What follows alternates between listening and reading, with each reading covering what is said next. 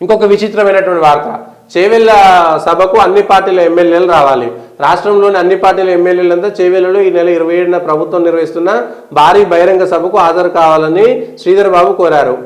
ఏదో వీళ్ళంతా కలిసి మంగళవారం సభలో 2 గ్యారంటీ పథకాలు, 500కే గ్యాస్ సిలిండరు, 200 యూనిట్ల ఉచిత విద్యుత్తును సీఎం రేవంత్ రెడ్డి, కాంగ్రెస్ జాతీయ ప్రధాన కార్యదర్శి ప్రియాంక గాంధీ ప్రారంభిస్తారని తెలిపారు. ప్రియాంక గాంధీ ఏ హోదాలో ప్రారంభిస్తారనేటువంటి విషయం చెప్పాలి. ప్రియాంక గాంధీ ఒక ఎంపీ కూడా కాదు. ప్రియాంక గాంధీ ప్రభుత్వంలో లేరు, తెలంగాణ ప్రభుత్వంలో లేదు, కేంద్ర ప్రభుత్వంలో లేరు, కనీసం ఒక ఎంపీ కూడా కాదు. ఒక కాంగ్రెస్ పార్టీ జాతీయ ప్రధాన కార్యదర్శి. ఒక కాంగ్రెస్ పార్టీ జాతీయ ప్రధాన కార్యదర్శి హోదాలో తెలంగాణ ప్రభుత్వానికి సంబంధించినటువంటి ఒక పథకాన్ని ఏ విధంగా ప్రారంభిస్తారు?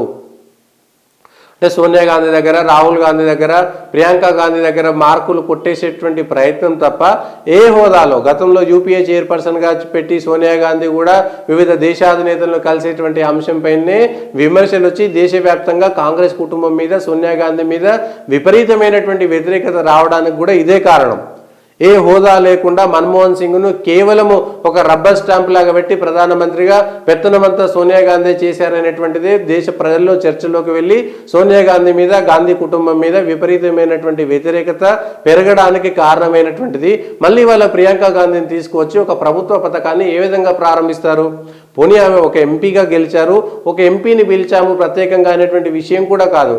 కాంగ్రెస్ పార్టీ ప్రధాన కార్యదర్శి ప్రభుత్వంలో ఉన్నటువంటి పథకాలను ఏ విధంగా ప్రారంభిస్తారనేటువంటి విషయం. పోనీ ఒక పేద తల్లి, చేవెళ్లలో ఉన్నటువంటి ఒక పేద తల్లి చేత మొదట ప్రారంభిస్తారంటే వేరు విషయం, ప్రజలు ప్రారంభించినట్టుగా ఉంటుంది. అదే ప్రియాంక గాంధీ ప్రజల్లో భాగం కాదనేటువంటి మాట మాట్లాడకండి.